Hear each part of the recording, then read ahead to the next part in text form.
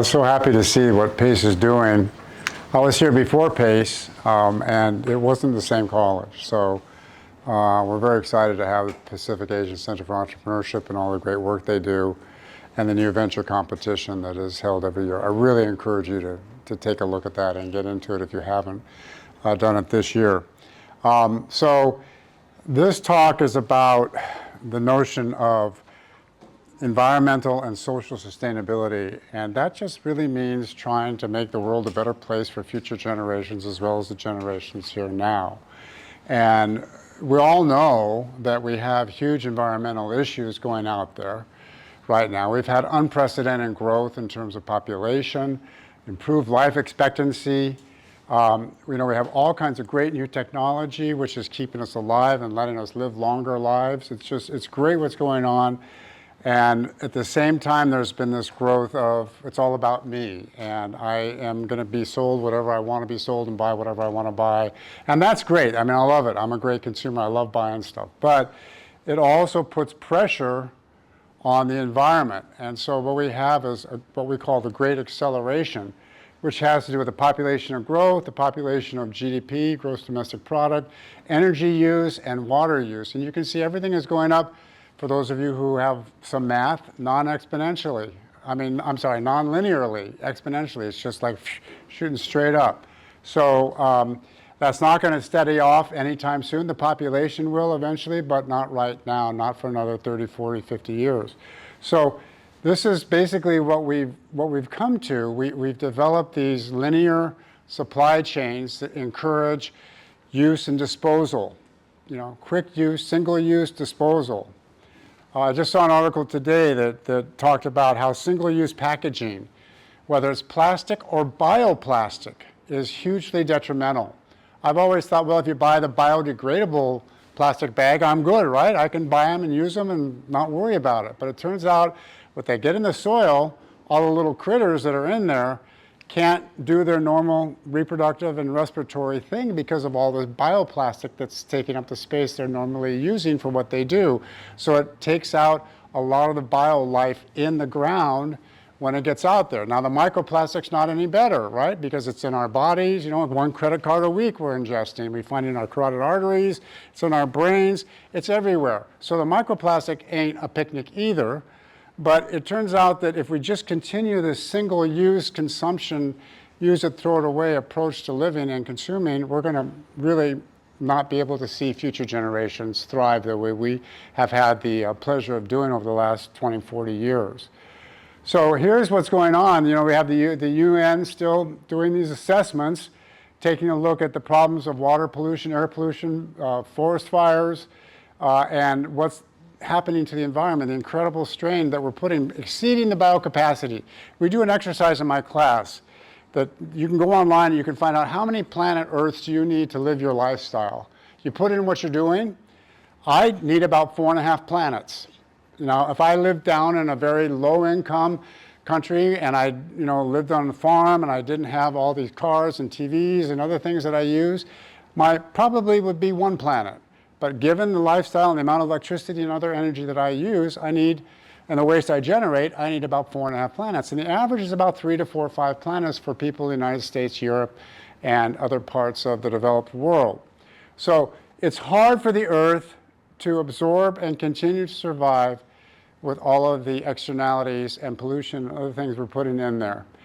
We also have the big elephant in the room. This is actually from 22, so it's old now, but it's up almost to 500 now, over 500. And it shows you the incredible growth of greenhouse gas. Now, CO2 doesn't take up much space in the atmosphere, but it's enough, compared to nitrogen and oxygen and some of the other elements that are up there, but it's enough that it's keeping the energy that exceeds the radiant energy from going back out into space. It captures the radiant energy. Those CO2 molecules start vibrating. They put a lid on the scene. It's like putting a big cover over a boiling pot of water. And that then causes our temperature to rise. So if we keep putting out GHG like we are, and we don't lower it down like we did during the pandemic, we're going to have some big problems. We're going to have huge problems because it's going to warm to 2 to 3 degrees centigrade, not Fahrenheit, and it's going to be extremely uncomfortable. You're going to get to what we call wet bulb temperature, where you literally can't work outside because you cook. Your internal organs can't respire. You can't get rid of the sweat through your body anymore because it's kind of an equilibrium with the atmosphere. And you just start cooking your organs. You start cooking, and pretty soon you have heat stroke and you're dead. And this has already happened to a lot of farm workers and other people who haven't been given protective clothing or enough water breaks or shade breaks. So this is a real issue. This global warming, especially for developing countries around the equator, people, if you want to think about climate justice, maybe we can go in an air-conditioned home. But in India, it's really hard to find air conditioning. Parts of Central South America, Africa, almost impossible to find air conditioning. So these poor folks who are out there working in the day are just not going to make it. And it's getting to that point if we're not careful. And I love this bathtub analogy because, what if we just cut back 5–10%? Yeah, that'll help slow it down, and it will.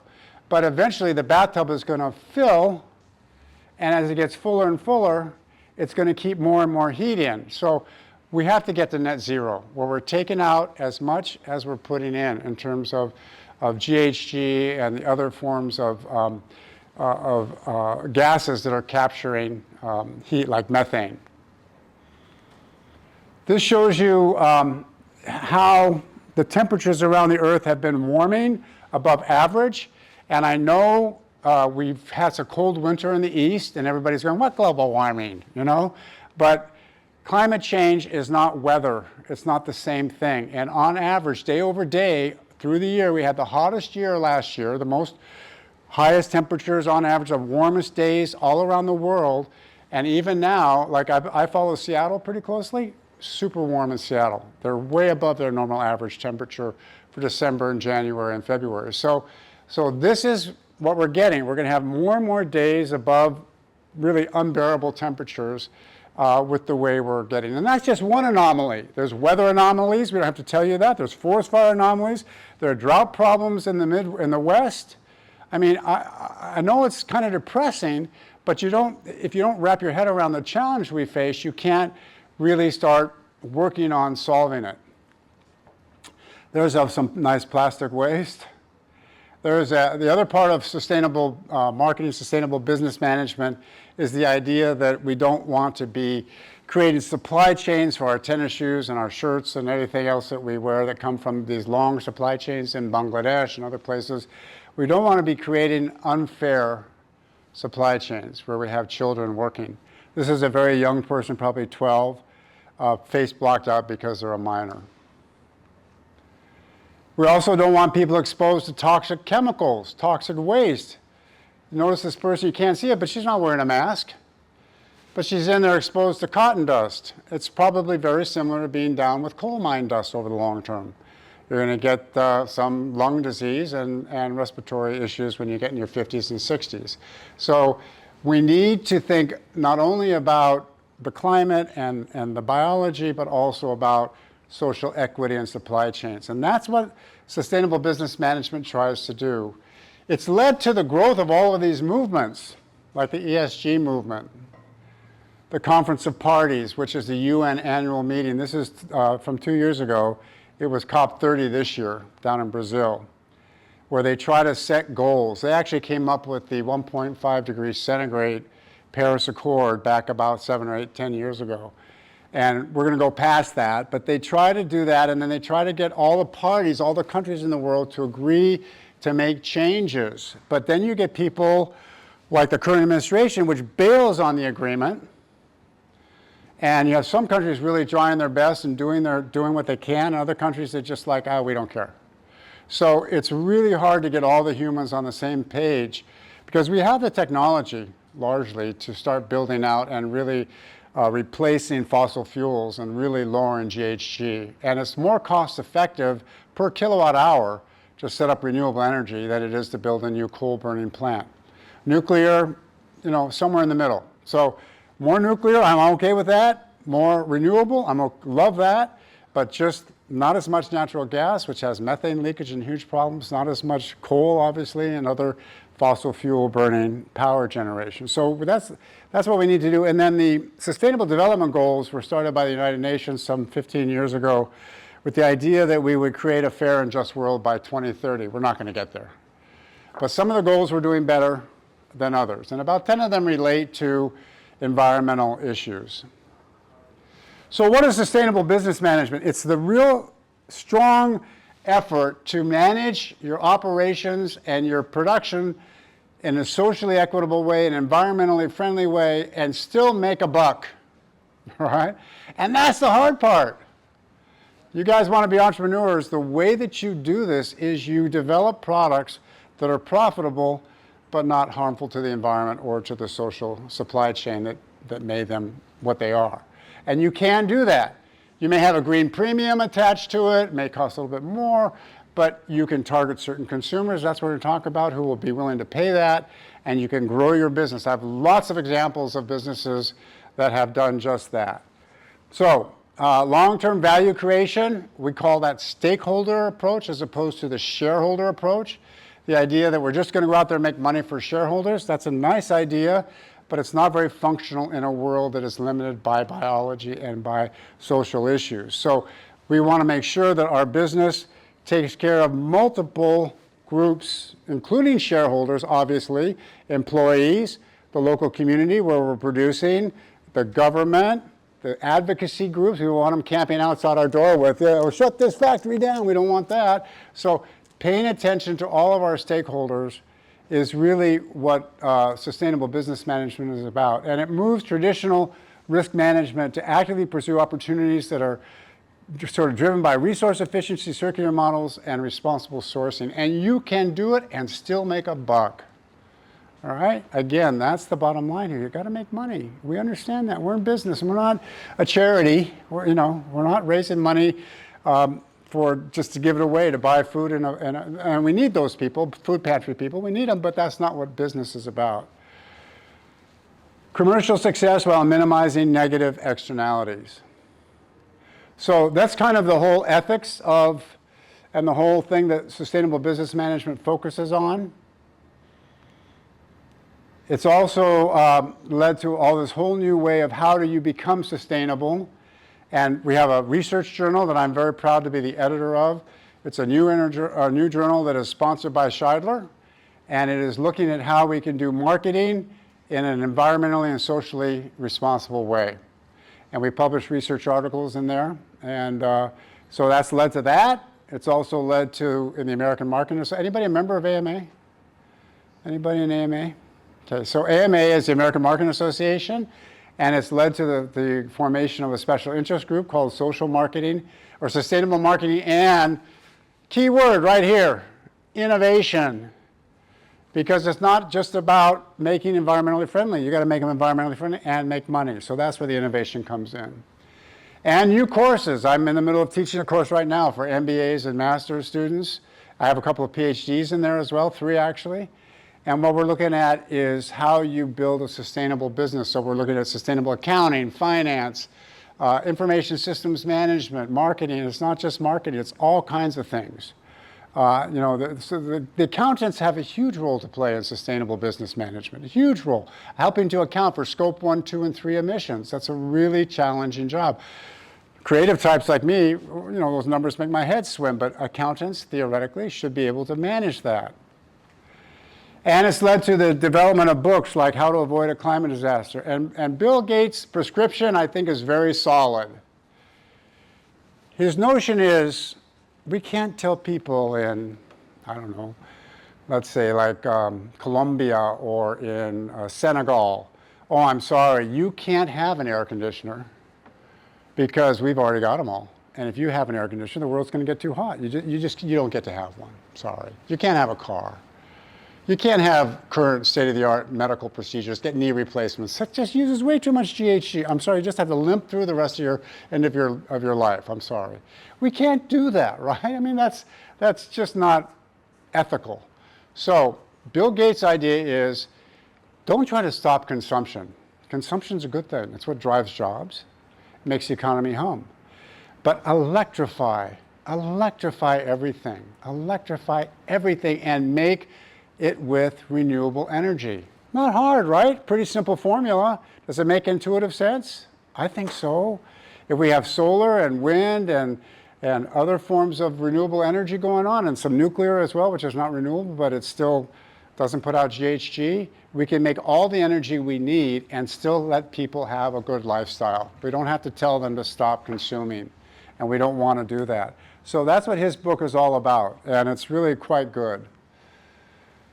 It's even filtered down to our Shidler College of Business. So I'm proud to say that our goal 4 is that we recognize that sustainability is a hallmark of our teaching, research, and outreach. And this is a trend across the country in all the leading business schools. They're all making sustainability a big part of their curriculum. Now, there is some pushback right now. There's some green hushing going on. It's woke or whatever. You know, people try to make it a bad thing. But the business schools are like, no, it's in our long-term corporate interest to do this. And our business managers want it. So you go ahead and say what you want to. We're going forward with this. Columbia, Harvard, Stanford. Stanford just got a $1.3 billion school of sustainability, largest endowment they ever got from the Dorr family, these entrepreneurs out of the Palo Alto area. And the whole school is focused on sustainability. So, you know, we're going to have ups and downs where it's politically appropriate and then it's trashed by certain people and so on and so forth. But the fact is that businesses realize that this is in their own interest. And that's why about 95% of all of the Fortune 500 have published annually corporate social responsibility reports, CSR reports, because they realize they need to get goals out there and they need to set targets. They may not make them, they may push them out, but they realize they need to have them, that their shareholders and their other stakeholders are demanding that. So this is happening, okay? And it takes a long time for the world to wrap its head around it. There'll be fits and starts and, you know, does anybody know what scurvy is? Yeah, what is scurvy? When you don't eat enough oranges. Yeah, you don't eat enough oranges. You don't have vitamin C. What happens when you don't eat enough oranges if you're on a voyage somewhere on a naval ship going around the world? It starts with anemia, turns into like bone density loss, and then you just die at some Your point. teeth fall out, you get lesions all over. It's horrible, and it's miserable. Yeah, it's a miserable death. And the British Navy, which controlled the world, suffered from scurvy for hundreds of years, as did navies all around the world for thousands of years, because they didn't know about vitamin C. So this one captain back in 1700 did an experiment. He had one of his ships, or admiral, had one of his ships eat lots of potatoes and oranges and limes and other veggies, and the other one just ate their normal salt pork or whatever they ate with a lot of rum, right? They all drank rum. So they just let it go. And sure enough, the ones who ate all the veggies and the fruits, no scurvy. Over here, about half the crew died from scurvy or started getting sick, and then they said, oh, here, take some. But how long did it take for the British Navy to adopt citrus as part of their onboard food? Even when they knew this, how long do you think it took? 50 years? Another 50 years. 50 more years of people dying needlessly. Because they're all these doubters and, we don't have room for oranges. But eventually they put limes on there, and that's why the British Navy was known as limeys forever. So it takes time, but a certain technology gets past the beginning stage, and it's like a tidal wave. You can't stop it. So what I want to do is talk a little bit about, again, I'm kind of gearing this more for the new venture folks and others, but I want to talk a little bit about strategic planning and how we can put sustainability into strategic planning. And they're long-term, 3 to 5 years. There are major issues like, should we go into EV market or should we just stay in the fossil fuel and hybrid market? You know, that's a pretty big strategic issue, and it's going to take 5, 6 years to gear up if you're going into the EV market or whatever you're doing. It's not tactical, which is how should we promote this product this year and next year? How should we distribute it? How should we price it? Those are more tactical issues. So we're talking about strategic issues here, long-term, to gain competitive advantage. And sustainability strategic planning tries to look at the fit between ecological, economic, and social and environmental objectives and find a way to put those all into the program and still make money.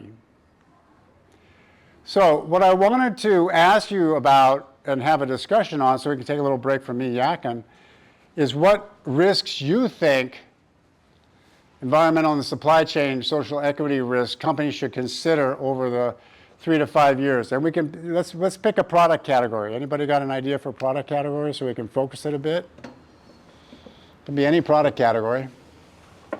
Yeah. I Lock. think more about like the data center. A data center. Okay, great. So that's a good one. So what kinds of environmental risks do you think they should consider as they develop their long-term strategic plan? How to build out, say, a data center in Wyoming, for example?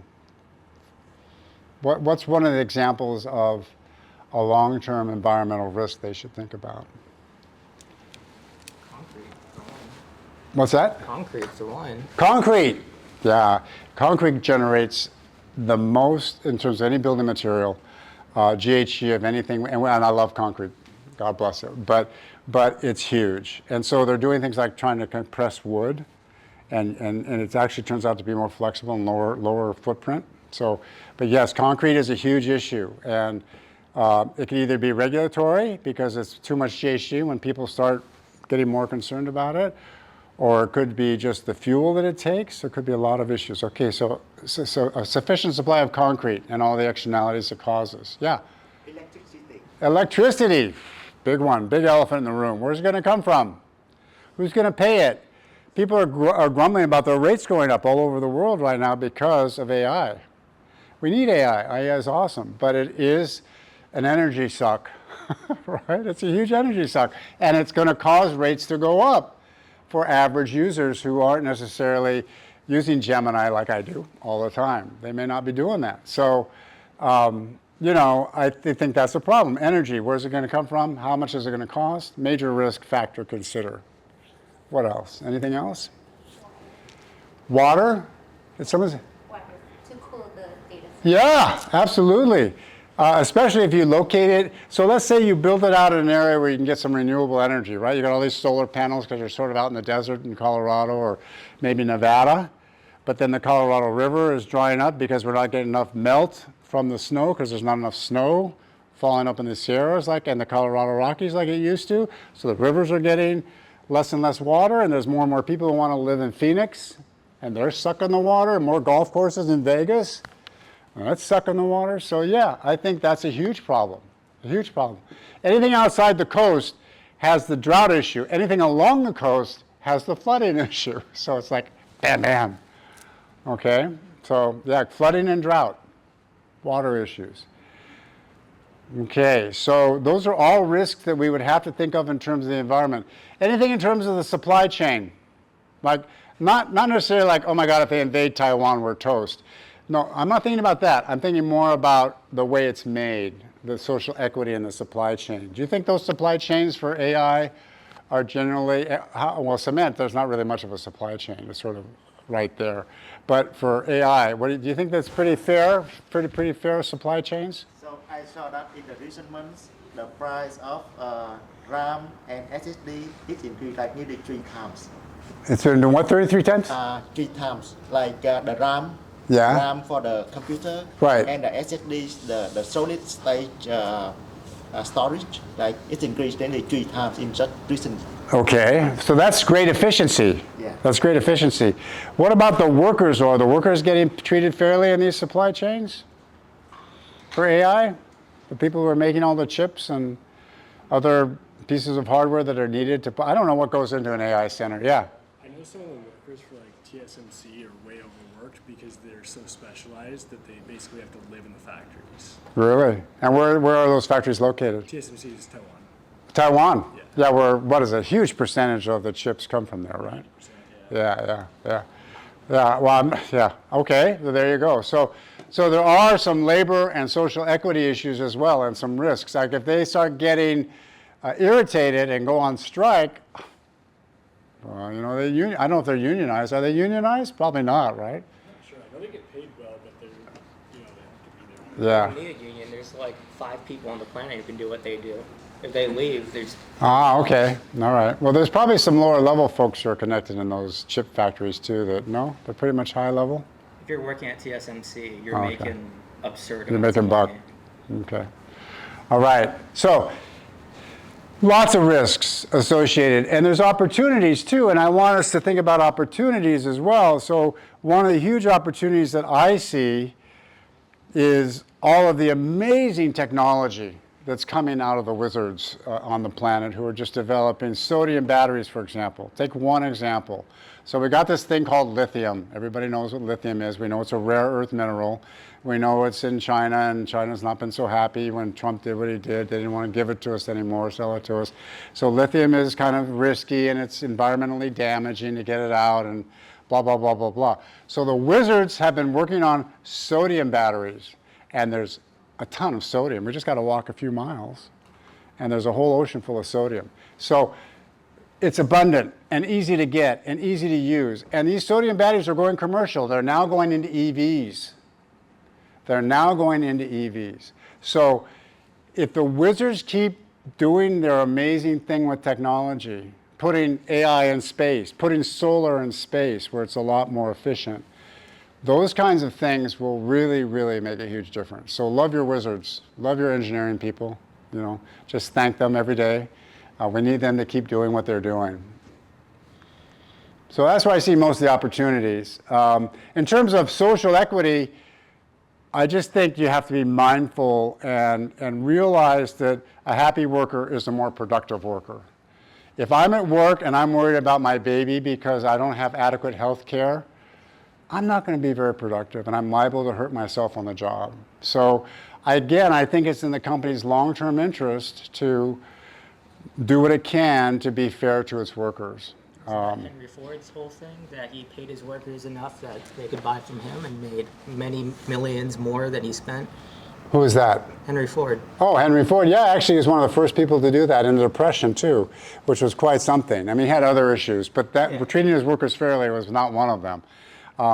So, yeah, and I mean, there's companies like, we always go Patagonia. It's always the one we pull out when we talk about the fast fashion industry or the fashion industry. But they do they have very sustainable, socially equitable supply chains. They take good care of their workers.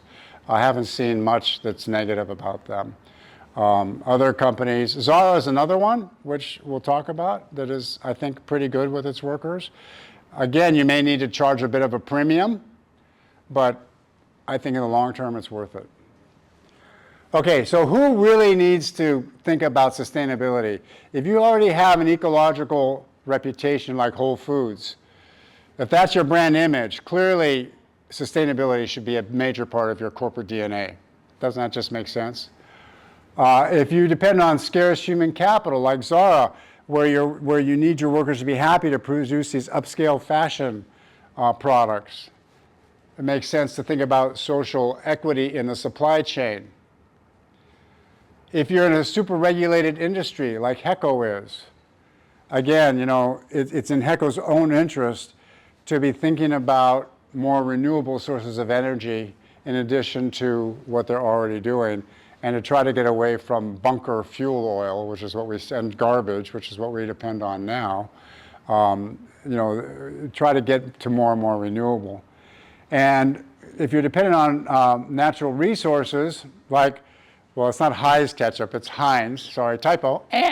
So Heinz ketchup is clearly, and I was at this conference called Sustainable Brands in San Diego in the fall, and the Heinz ketchup person was there, and they're freaked because they're having a hard time growing their tomatoes. It's too hot, and there's not enough water, and tomatoes need a certain temperature and a lot of water. So they're like, how do we make ketchup if we can't make tomatoes, right? So if you're in that kind of industry, then I think you really need to think about that even more than maybe some others should. Oh, whoa. Okay.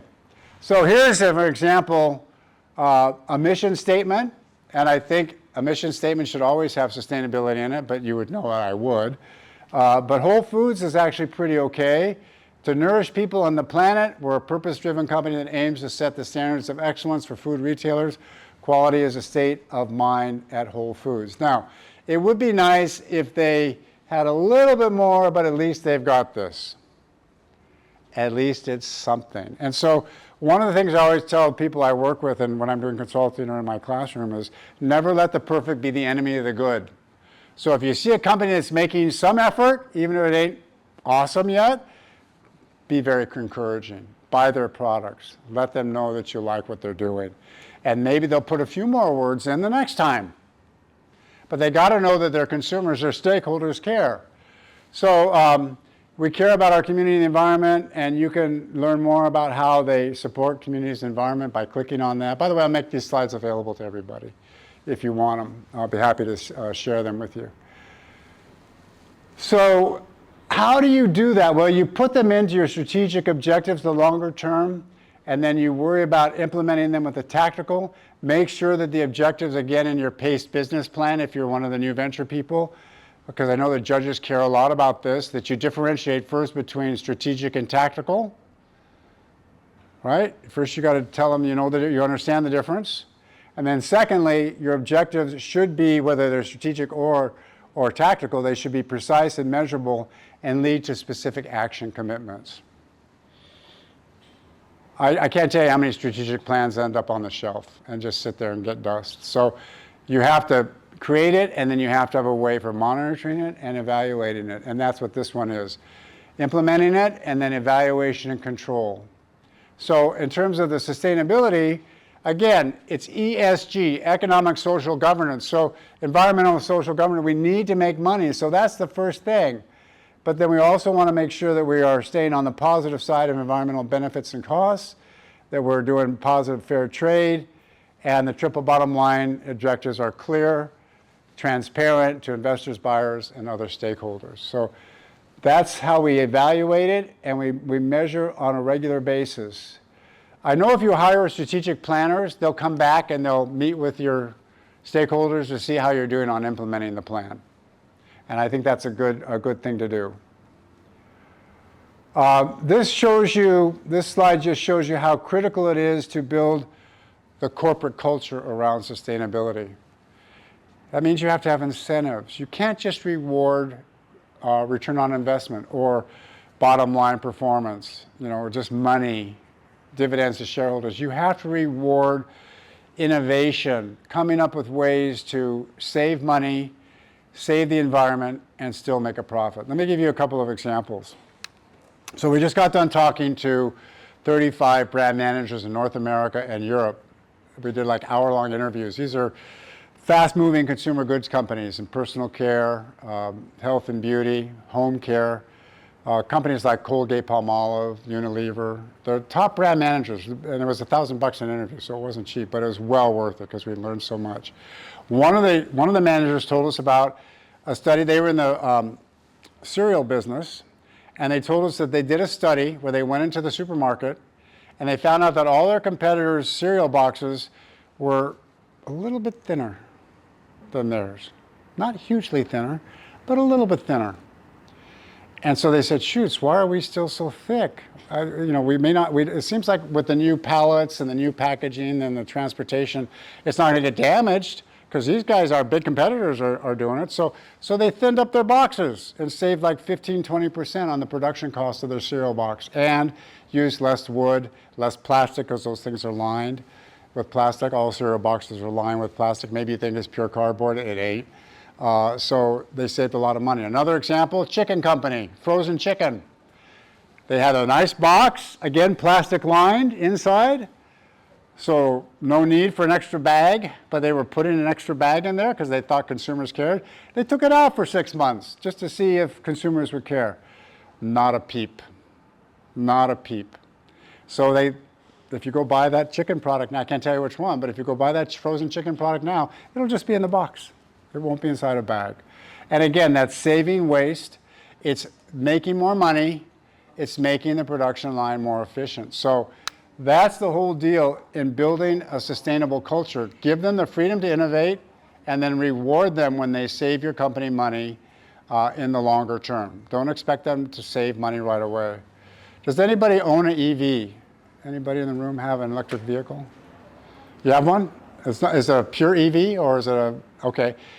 You paid more for it up front, didn't you? Have you had to have it serviced a lot? No. And you won't. Are you going to have to get a brake job? No. But if you bought a big Toyota Tacoma truck, how long before you need a brake job, would you guess? Which is over $1,000 now. 5 years, 3 to 5 years. Well, it depends on the mileage. But let's say I would say 15, 20,000, maybe 30 if you're lucky, if you're light on the brakes. But with an EV, you don't. And no oil changes. Bless you. And if you have solar in your home, I have solar now, I charge my EV, my electric bill is still $40 a month. So I'm basically getting free gas.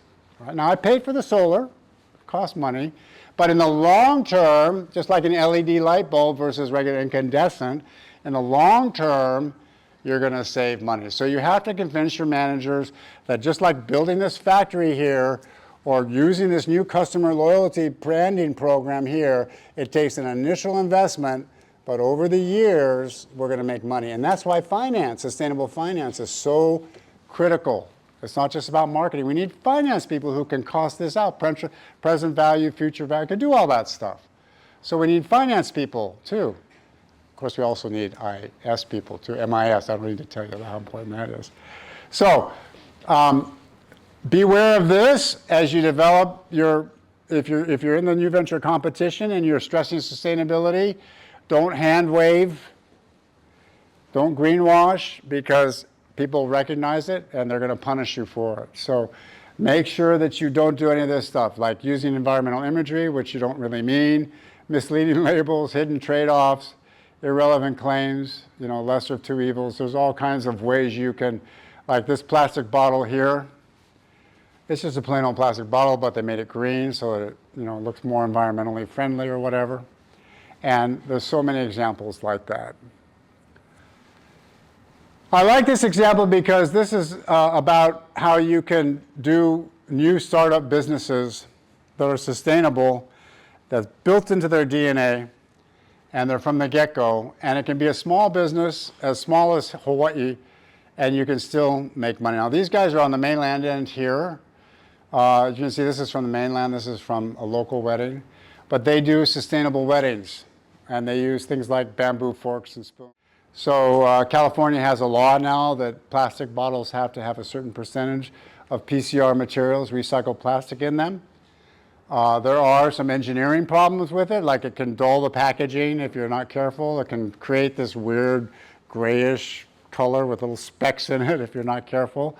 So you have to be careful when you use it. But let's just say that you want to do that. You want to make it refillable, organic, and reef safe. And you want to develop a unique promo campaign. So imagine consumers 20 to 30 have expressed a strong interest in purchasing products that have lower GHG and packaging pollution, as well as fair trade management, Hawaii, California, and so on and so forth. And then I want you to think about 3 to 4 criteria. I want you to think about what you would emphasize in a promotion campaign and how would you reach these people. Would you use traditional advertising, social media, influencers? Anybody who wants to, just first of all, what would you emphasize in your brand communication to this group of consumers who is interested in sustainability and environmentally friendly products? And they're worried about polluting the reef with sunscreen and so on and so forth. What would you emphasize? Yeah, go ahead. I would emphasize how good the product is because there's a lot of like sustainable sunscreens out there. So I think to really compete with them, or your product would have to be a lot better. So I So- try to focus more on like how good the product is. And, like, How good your product is? yeah, Good in terms of, it just protects the skin a lot better. It doesn't, so the quality of the product would be front and center. yeah. It doesn't You think feel that's bad. really important to people, right? Yeah. Okay, I agree. Yeah, you can't do it for the good of the environment. That ain't gonna work. Well, there's a lot of Some of it, but yeah, they have to believe that the product's gonna work first, right? Yeah. And that's why a lot of people go in the market and they look at a detergent that's like a desiccated tablet. You know, you can buy, instead of buying liquid Tide, you can buy it in sheets. But they think, oh my God, it can't clean as well as liquid Tide, so I'm gonna buy the liquid Tide. So you have to make sure they know it's gonna work. So quality is good, good for your skin, good to protect, so on and so forth. What else?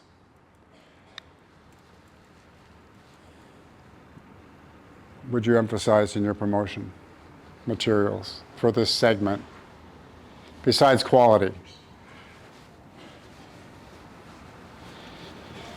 Would you emphasize any environmental messages that's pro and good for the environment? You would, yeah? Which one of those would you say Refillable, organic, reef safe. Which one of those would you put first?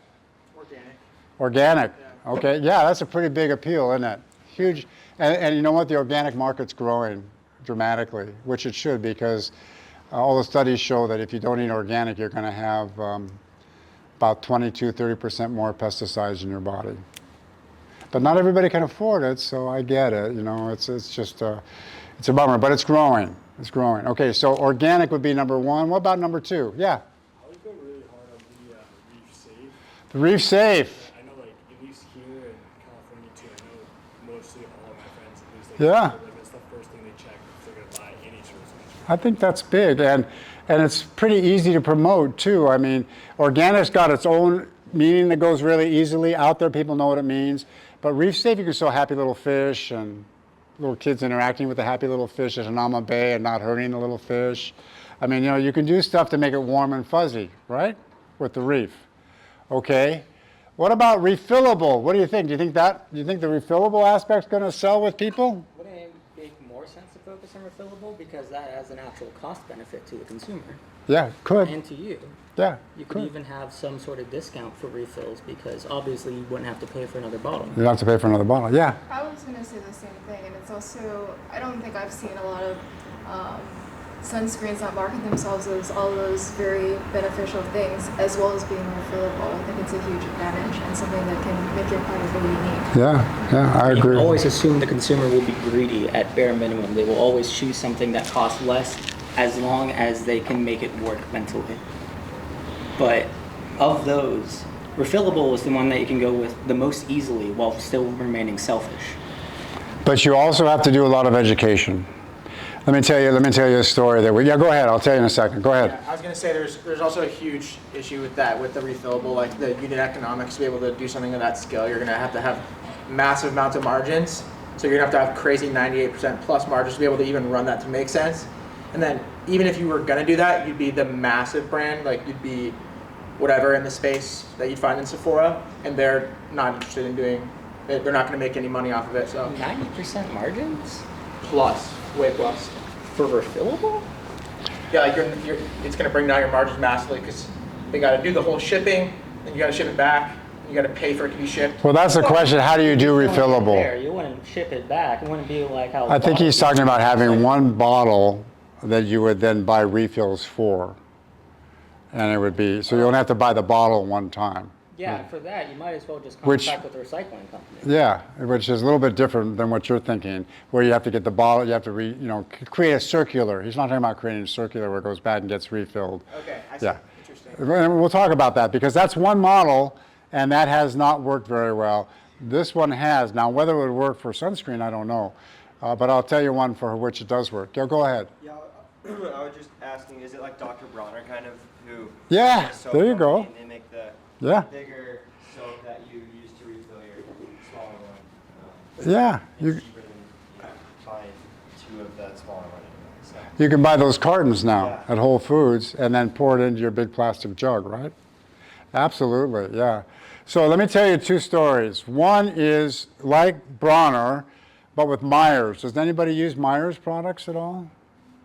Yeah, so Myers makes a glass bottle sprayer for counter cleaning, and you buy the bottle, and it has two starter refillables. They're glass. Everything is glass. Nothing's plastic.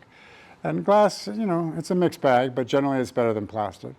And so what you do is you fill it up to the line with water, and then you take this very concentrated Myers out of the little bottle, and you pour it in, shake it up, spray. Now, I think that's working. I don't know. I don't know if it's still, has anybody seen it on the shelf at Whole Foods? It was there when I bought it. I don't know if it's still there. I have to go check it out. But Lysol tried that, according to his brand manager at Ricket we interviewed. Lysol tried it, and Lysol did two huge mistakes. One, they made it a national rollout.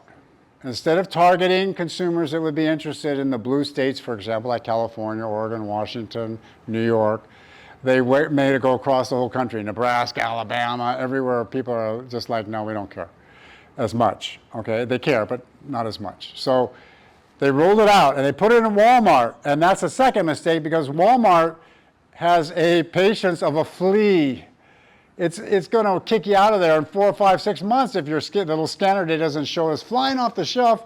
They call it the proof of life in the industry, and it's very short. They pull the plug very quickly.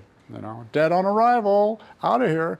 So then you got to pay a slotting fee to get it in and a deslotting fee to get it out. The third thing they did wrong was that they didn't convince the promotional people that they had to do some education around it, that they had to promote it with influencers and other people. And the fact is that in blind tests where people just used the product and they didn't know whether it was a refillable bottle of Lysol or the regular and plastic bottle of Lysol, couldn't tell the difference. So it had nothing to do with efficacy. It just had to do with all these other issues. The retailer didn't like it. The promotion people wouldn't spend, the finance people wouldn't spend the money, and they rolled it out instead of, and I'm like, are you guys in marketing or what? You're going to mass market this little niche product? What's wrong with you? Of course it's going to fail. I could have told you that.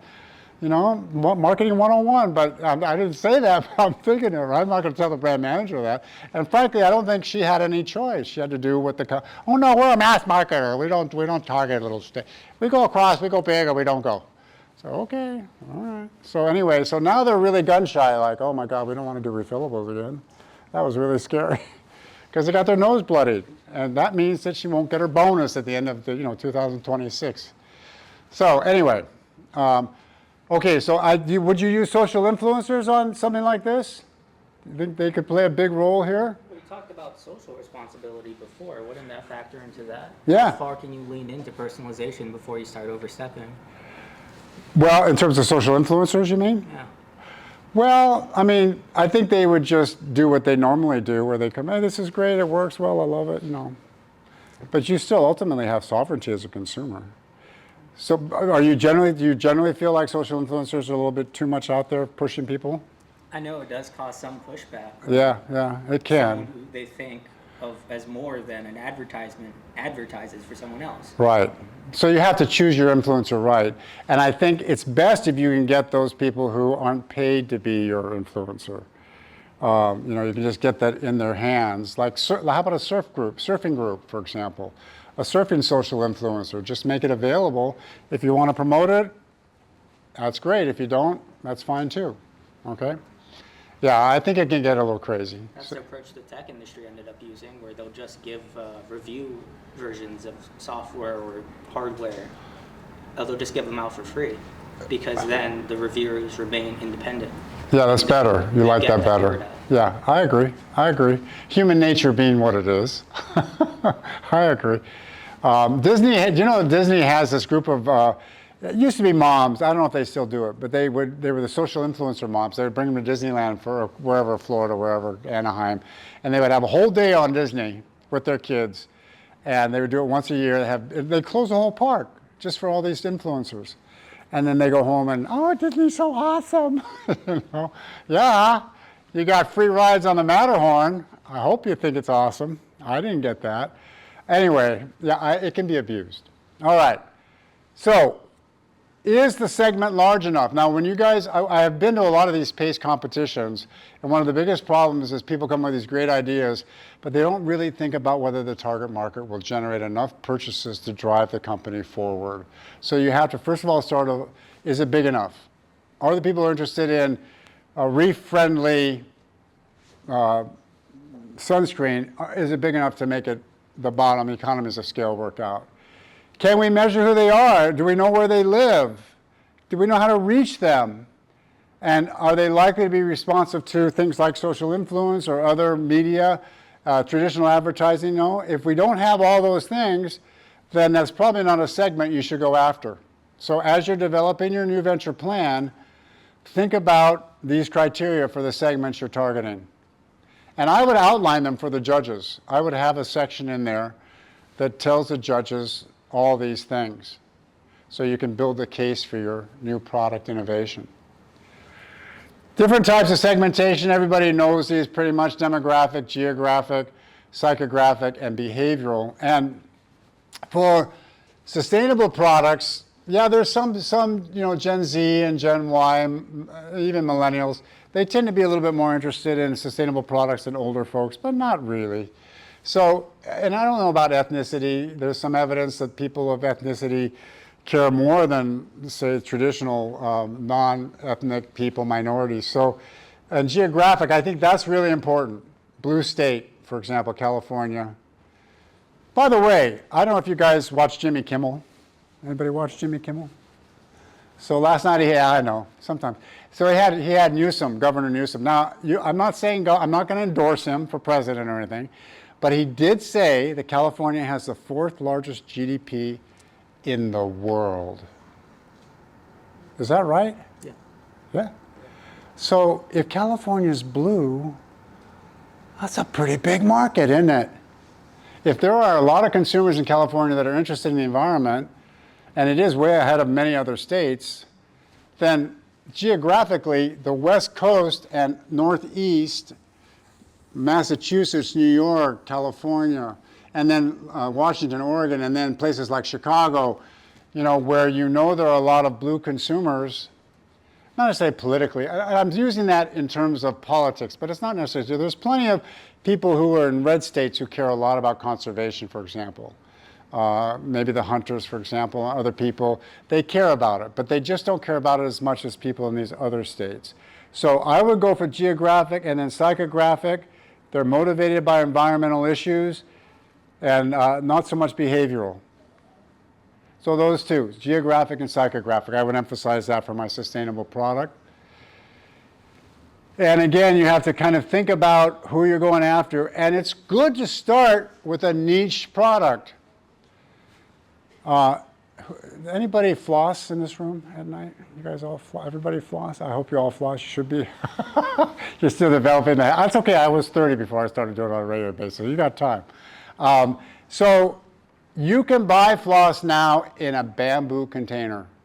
Did you know that? It comes in this really cute little round bamboo container, and it's got refillables. It's refillable. And you put the little spool of floss in there, you pull it out, and you keep the bamboo container and buy refillables only. And it's a natural fiber, it's not a plastic fiber. And it's great. But do they sell like billions of these things? No, they don't. They're on Amazon. They're not in retail stores yet, I don't think. Anybody seen any kind of bamboo container for floss in stores? Pretty sure they're not out on the shelves. I don't think they're bricks and mortar yet. So you don't have to be huge to make a profit. You can be a niche company. As long as your profit margin's good, you can do really well. And these are the people you want to target. They're about 20% of the United States adult population. This stands for lifestyle, health, and sustainability. So they're interested in kind of health and sustainability issues. The natural lights we'll talk about them in a second, but they're another one that's pretty good. But the LOHAS, about 20% of U.S. very stable for the last 5 or 6 years. Very stable, year in, year out, 19%, 20%. Okay, and then there are these other groups that like the unconcerns probably you're not going to target.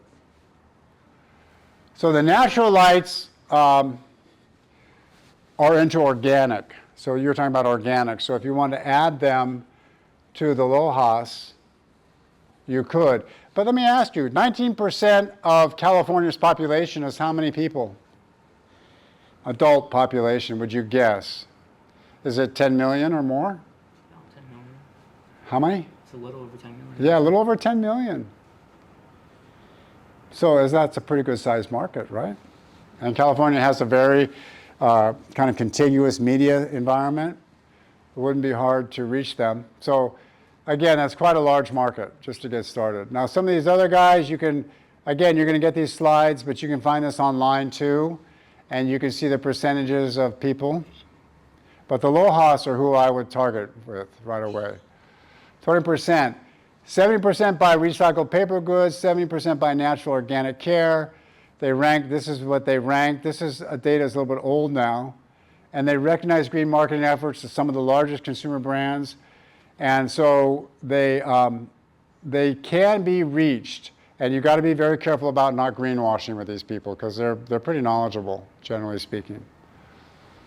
So there are people within the LOHAS, the leaders and the followers. You've got to figure out who the leaders are and then try to get them to buy the product first and then get the followers to come after. The natural lights, more about health.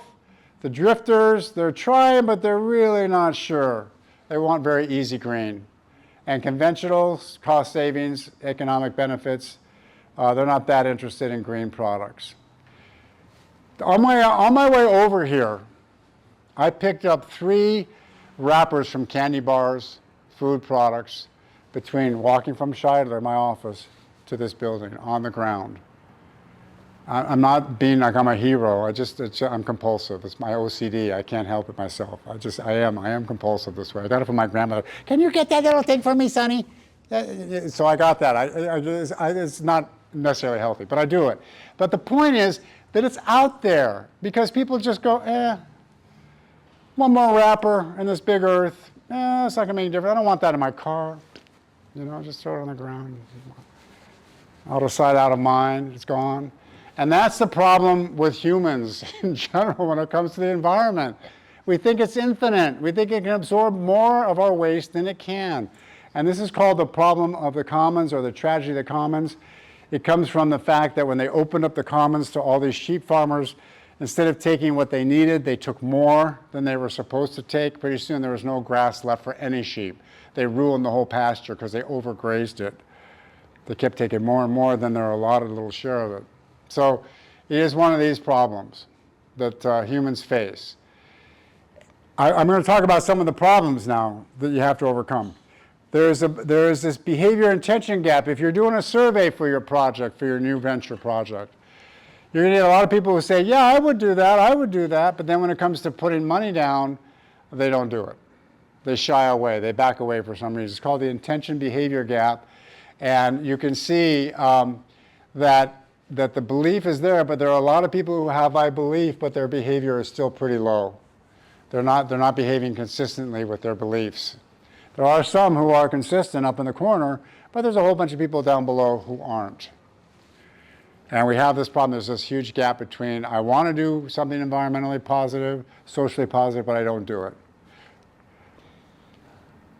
So when we're branding our new product, our new venture, we have to think about developing a brand, and that's some term or design or symbol that differentiates our product from everybody else. And then we want to build our brand equity so that when people think about our brand, an image comes to mind automatically.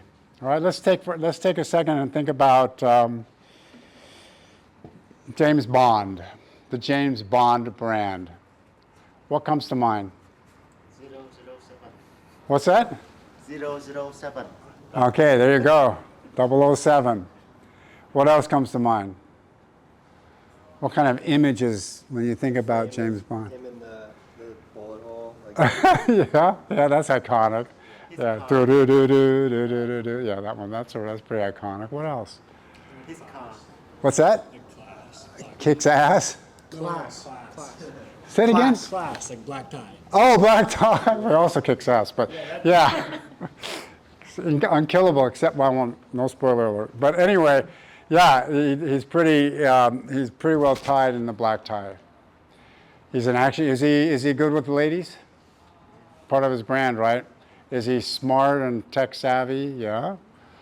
Agile. So he has this whole brand image. He has a really strong brand image. And if you think about the strongest brands out there, if I pop a name into your mind, you're going to get a strong set of associations. And that's what basically brand equity is. And we found that companies that have this brand image, these strong associations, tend to do better in terms of profit margins than companies that have a weak brand image, brand equity. So Chipotle has managed to do well and financially and environmentally, and to work with their supply chain to create regenerative agriculture and work well with farmers. And so again, that's just a great example to take a look at how you can make money and still treat people in your supply chain fairly and be environmentally positive. So what makes for brand equity? Ability to recall your brand. So if I say peanut butter, what's the first brand that comes to your mind? Jaden, what's the first brand? It's the blue and red. Is it Jiffy or? Jiffy. Yeah, Okay, that's what came to your mind. Cam? Same one. Jiffy. Yeah. Okay. Kristen, what about you? Same Was it- one. Okay, well, Jiffy's doing pretty well. So it has a lot of top-of-mind awareness. And that's one of the measures that we have. It's called unaided recall. And you get these companies to go out and say, well, Jiffy came in by 40% of the people named it first, and Skippy second, by 20%, and so on and so forth. So, yeah, I mean, that's one thing. There's awareness of the brand. That's why Budweiser, Pepsi, these guys do constant reminder ads on social media and television, print, everywhere they can, just to keep the brand in your conscious mind as you're, well, what soda should I have? Oh, Pepsi, you know. So they want it top of mind. Brand recognition is more like, what's the brand about? You know, what's the image that the brand has? So if I say something like Jaguar, what kind of brand image comes to your mind? What's the first thing that pops into your mind? Jaguar, the car. You guys remember Jaguar? Do you guys know? They're kind of not. Or Mercedes. What's the first thing that comes to mind? Luxury car. Yeah. I agree. Price point high. Well made. German engineering. Same with BMW. German engineering. So we want to be able to recognize the logo and have a lot of awareness of what's going on in terms of associations and imagery. And we also want there to be corporate credibility. So we want to make sure that the company itself is credible. We measure brand attitude, brand attachment, brand activity. These are all things that, again, I think if you're doing a new venture plan, you want to talk to the judges about how you're going to measure these things as you roll out your new product. How are you going to measure customer attitude? What about the attachment? Are they starting to develop feelings for it and thoughts about it? And are they actually purchasing and consuming? What's your sales projection? What about repeat purchases? Repeat purchase is one of the most critical measures on the planet. If you get people buying your product once, but they don't come back and buy again, that ain't good. So repeat purchases is one that should go under brand activity. When it comes to sustainable brands, we want to emphasize the functional. We talk about quality, that kind of thing, but we also want to talk about the emotional. We have this feeling, we have this term called warm glow, the warm glow effect, which means when I buy an environmentally friendly, or if I spend a little extra money and get some tennis shoes that I know are fair trade, I'm going to feel good about myself. I'm going to get a warm glow. So it's both cognitive, quality, efficacy, price points reasonable, availability is good. They're all those functional things, but there's also an emotional appeal with sustainable brands that you should maintain. And every time I pick up my bamboo, it's crazy, but every time I floss my teeth now and look at this cute little bamboo container, I feel a warm glow.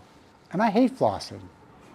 So if I can get a little warm glow when I'm flossing, that's not a bad thing.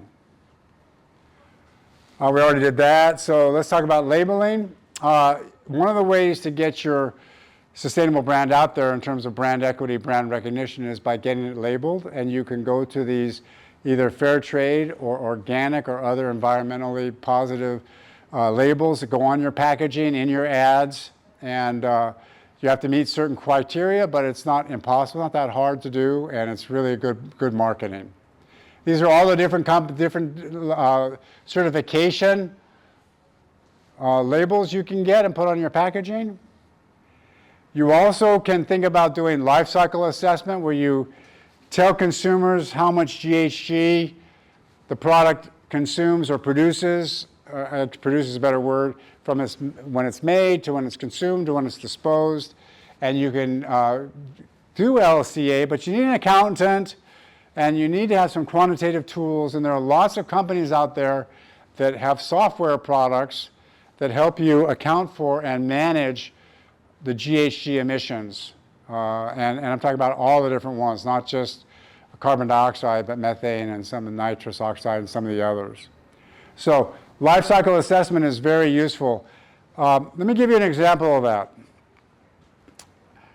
So if you were to think about hand washing or dishwashing in a restaurant, which one is going to create more GHG? Hand washing or dishwashing with a dishwasher? Hand washing, by far. Huh? Hand washing. washing by far. Hand washing by far, absolutely. So, which is better, using cups that are single use in terms of GHG, made with paper with plastic lining, or ceramic that's returned and hand washed? Which one generates less GHG over its lifetime? The ceramic, which can be reused but has to be hand washed every time, or the paper cup that's got plastic in it, is used once and tossed in the trash? Paper. Huh? Paper one. Paper one's better. It is. But if you take that ceramic and you put them into a big container and then wash them all at once, all of a sudden, ceramic's much better. So it's all in how the product is used and cared for in terms of life cycle assessment. And that's why it's such an important area. It'll be a big part of the sustainable business class I'm teaching. How do we do life cycle? It's a whole different field. It's very information intensive. We need MIS involved. We need accountants involved. And it's really all hands on deck. But without LCA, we don't know if what we're doing, like, is glass better than plastic? We don't know without LCA. We need it for a lot of products. All right, so quickly, innovation. You guys have talked about that, I'm sure. If you're developing new products, you probably have had some new venture classes or whatever. But when you think about environmental stuff and you think about fair trade, you can either innovate on the product, like less packaging, for example, less plastic or whatever, or recycled plastic, or the process, like, for example, putting solar, renewable energy on your factories so that you're producing your products in renewable energy factories. So it's process and product innovation. And again, I would point this out to the judges. Our product innovation is this, our process innovation is that, and here's also some new business model like refillables, for example, new channel development. We're going to get this out in a novel way that uses less energy. So there's lots of ways you can think about this. I mean, I know there was a company that tried to get one person to go to Costco and buy for a bunch of people and then distribute the product. And who thinks that, like, buying on Amazon is better for the environment than getting your car and driving to Home Depot? What do you think? What do you guys think? Is it better for the environment to buy, let's say you need a tube of caulking, and you bundle it with some other purchases, so you're not just buying the caulking, because that's a little bit unfair, as opposed to buying it from Amazon and having it delivered to your door? What's less GHG, or driving to Home Depot from, say, right here? What do you think is less? I think buying from Amazon. Buying from Amazon, it is, even with air travel. And here's what Amazon's done that's really smart. They've built these huge warehouses out in Kapolei, way out on the Eva side. And so now they're shipping their stuff here, frequently purchased stuff, like paper products, for example, and they're just bringing it from Kapolei to your house. So now it's better. Now, here's the deal. When I go to Home Depot, probably not going to find what I want. So I'm going to get my car and go to Lowe's. Probably not going to find what I want. Then I'm going to go to City Mill. So that's, especially if you have to do that, then the ease of something like Amazon is much better for you. Even DoorDash is less than going out and eating in a restaurant if you have to drive a long ways to get there. So again, this sort of life cycle assessment and then thinking about all the different ways of innovating to save GHG is really important. One of the things we found out in our research is that you can make incremental changes, like the plastic packaging, like reducing the thickness. You can do disruptive, for example, where you are developing sodium batteries. Right now they're rolling them out in China only. By the way, I got some good news, because we got so much depressing. You want some good news about the planet? China was net negative on GHG contributions this year. For the first time in history, they put out fewer GHGs this 2025 than they did in 2024. And 2024 was flat. And China expects to be 40% renewable within, I don't know, 5 to 10 years. So that they pulled from the atmosphere with that forest they were planning to reclaim the Gobi, right? yeah, I mean, they do generate more GHG than anybody else, but per capita, much less than we do. Yeah. So you're right. I mean, they got a long ways to go, and they're still building coal power plants, which have a lifespan of 50 years, so I don't know why they're doing that. But they're on the road. Again, perfect versus good. They're on the road. And so disruptive, like the sodium battery, will start out small, but pretty soon it will replace lithium just because the economics are there. And then there's radical, where you just go, to heck with the whole product form. We're going to go to a desiccated sheet. We're going to get rid of any powder. We're going to get rid of any liquid. We're going to put it in a box. I just saw these guys, I don't know if it's this brand, but they're in bricks and mortar now. For a long time they weren't. You could only buy them on Amazon. But now they're in bricks and mortar. So this will completely change the market. When I talked to the Procter & Gamble people one time, I said, why aren't you guys doing this? They said, well, we really like the orange wall. We love the orange wall. I said, what is the orange wall? Well, when you go into a supermarket and you go into the detergent section, what do you see? A lot of orange. And you need big packages to get the orange wall. So they don't want to give up the orange wall because they think that gives them all the sales. But if everybody goes to this, then they'll be forced to, which is what a radical innovation does. So I don't know which one you have as you're developing, if you have an innovative product, but incremental, disruptive, or radical, you should characterize it for the judges.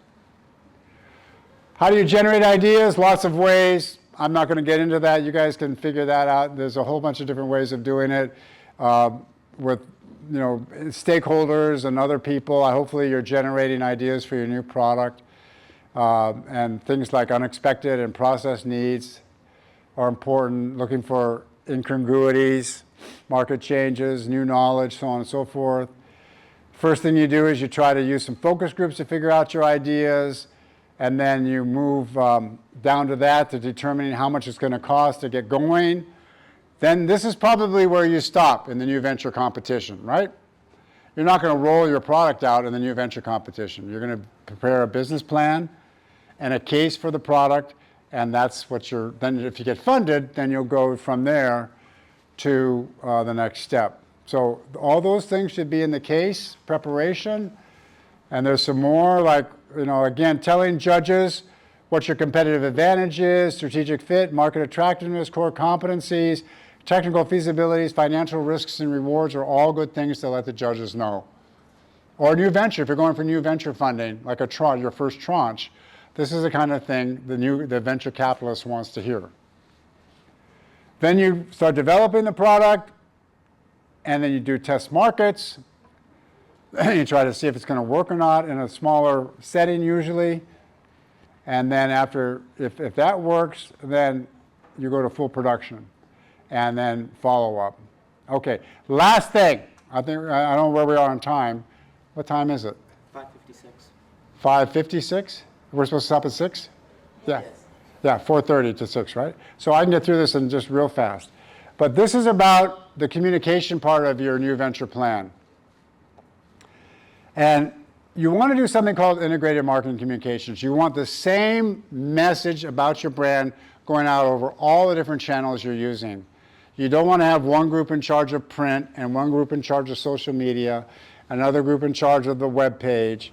You want to make sure that your brand message is coming through loud and clear, because it's a very noisy world. And getting anybody's attention today is really hard. So make sure that you use IMC, Integrated Marketing Communications. Again, sell your plan. We're using Integrated Marketing Communications because we know that it's a noisy world out there. So all of our social media, all of our ads, print ads, all of our influence, everybody will be speaking with one voice, hammering away on 3 or 4 important benefits of our product, whether it's a good or service. So make sure that you emphasize that you're aware of and you're using Integrated Marketing Communications. It works because it unifies, it connects, and it maximizes impact. Also, you need to think about the content of your communication. What are you going to emphasize? Are you going to be more about problem solving? Are you going to do a little warm glow? Are you going to do both? What's the balance between the two? What kind of brand do you have? A rational problem solving one, more emotional, hedonic, experiential? Like, would you take a perfume and talk about the problem-solving aspects of a perfume in terms of price and availability? No, you're going to make it all emotional, and girl gets guy, guy gets girl, so on and so forth. That's what you're going to do. That's what you're going to promote it with a warm, fuzzy feeling. So you have to decide what is the personality of your brand, and then kind of go cognitive and affective. Which one are you going to emphasize? Then how are you going to promote it? What channels are you going to use? Traditional advertising, digital, sales, promotion, personal selling, direct marketing? What are the main channels you're going to use? And then how are you going to get it out across those channels? So for example, if you do digital marketing, if that's how you're going to deliver your message, are you going to just emphasize websites, social media, videos, influencers, all three? How are you going to deliver it? So content, mix, and delivery. Again, put this in your plan, you'll score points. I hope. I think you will. Because it shows you know what you're doing. So the value propositions about the content, why should someone care about your brand? And you want to try to position the content on values, consequences, and attributes. And let me tell you what those are. So values are things like, we're almost done, we've got a couple more slides. How should my life be? I believe I should lead a free life. I believe I should have an exciting life. I believe I should have self-respect, and people should respect me. What are the benefits from the brand that help me live my values? Time saving gives me freedom. Convenience gives me freedom. So those are just two examples of how the benefits of the brand reinforce the value. And then you get down to the actual brand features, like the location of the service, for example, or the location of it's conveniently easy to buy, so it saves me time, so it gives me more freedom. So you start with the values. What does the target market really care about in terms of its values? Then you look at your brand and you say, what are the benefits of my brand? And then how can I connect them to the attributes? What happens is that marketers too often start here, and they don't ever get up in here. So it should start with values, go to brand benefits, and then how do those link to the brand itself, the attributes. So here's the last slide. This just shows you one set of cognitive messages you can focus on, and there's lots of resources on different communication strategies. These are print ads, but they could be put on social media. Generic strategy, where you just advertise the category. Soup is good food. Campbell's is the market leader. Makes sense. Unique selling proposition, melts in your mouth, not in your hands. One of my favorite candies on the planet, especially when it has peanuts in it. I really love them. Hyperbole, this is a lion before, and then after they use this shampoo, the hair is just like, woo, it's awesome. So you're kind of exaggerating. And then comparative, where you're comparing yourself to another brand. This one's got MSG. Our brand does not have MSG. So those are just a few cognitive examples of content. There's lots of them. And what I've tried to do tonight is just give you an overview of the importance of sustainability and how you can also use sort of basic marketing to do well in your competition. So I think we're pretty much out of time, but if there might be time for one question, or maybe you just don't have any at this point. I think yeah, go ahead.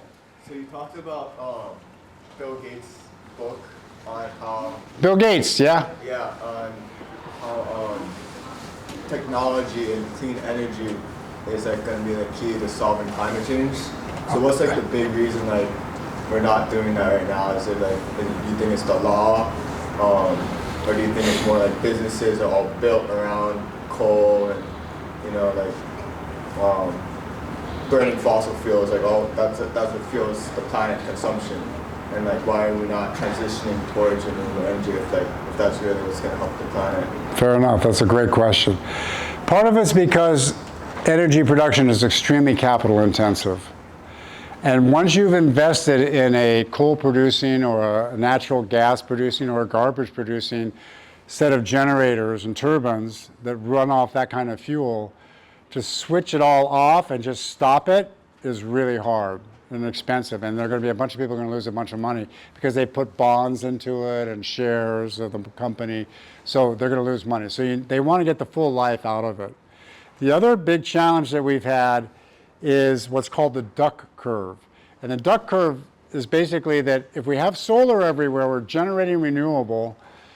When the sun goes down, the renewable stops, right, from the solar. And then there's energy peaks where people are getting home, they're putting on their lights, they're putting on their computers, they're cooking their dinner in their electric stove.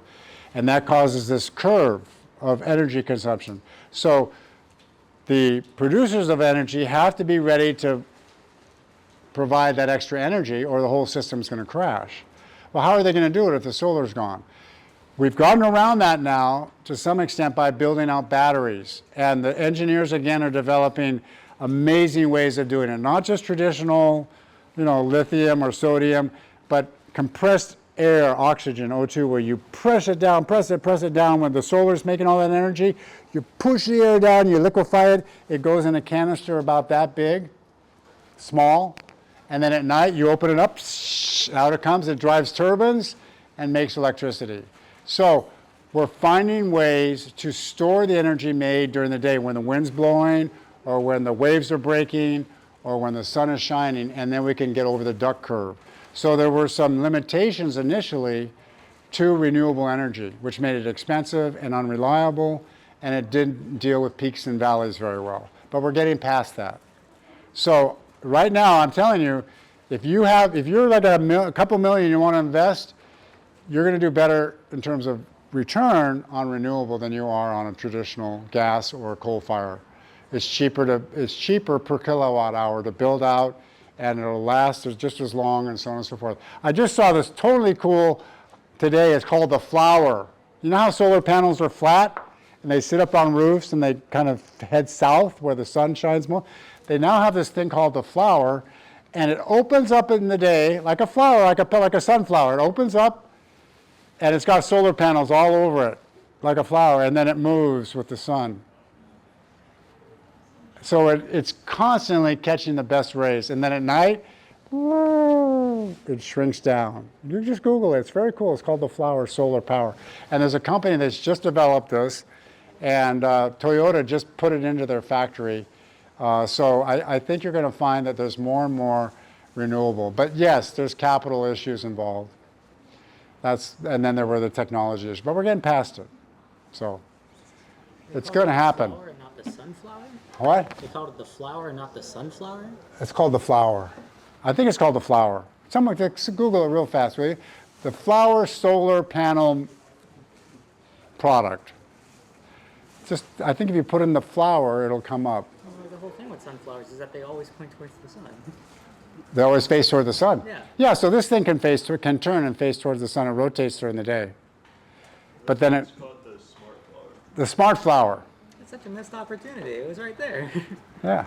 So very cool. I mean, and there's going to be more and more of that. They're putting solar panels in glass now, in the glass windows. They're finding they paint on solar panels.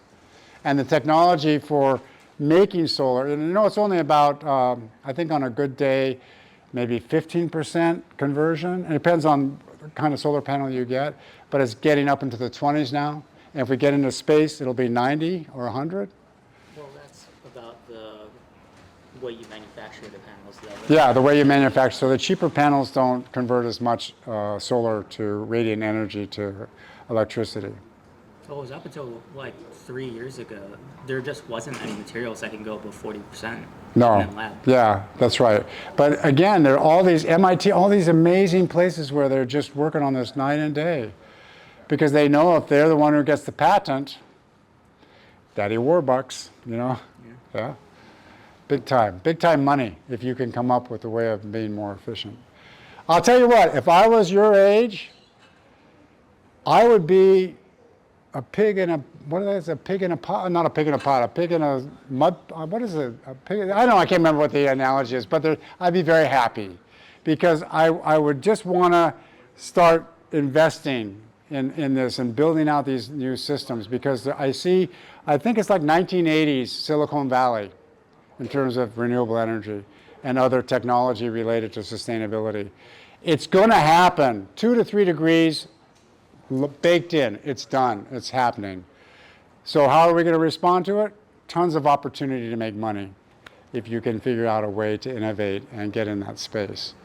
So I would do that. I would definitely do that. I think it's pig and slop, which is a horrible metaphor. All right, any other questions? Thank you, guys. I appreciate it. Good luck on the venture competition. Thank you.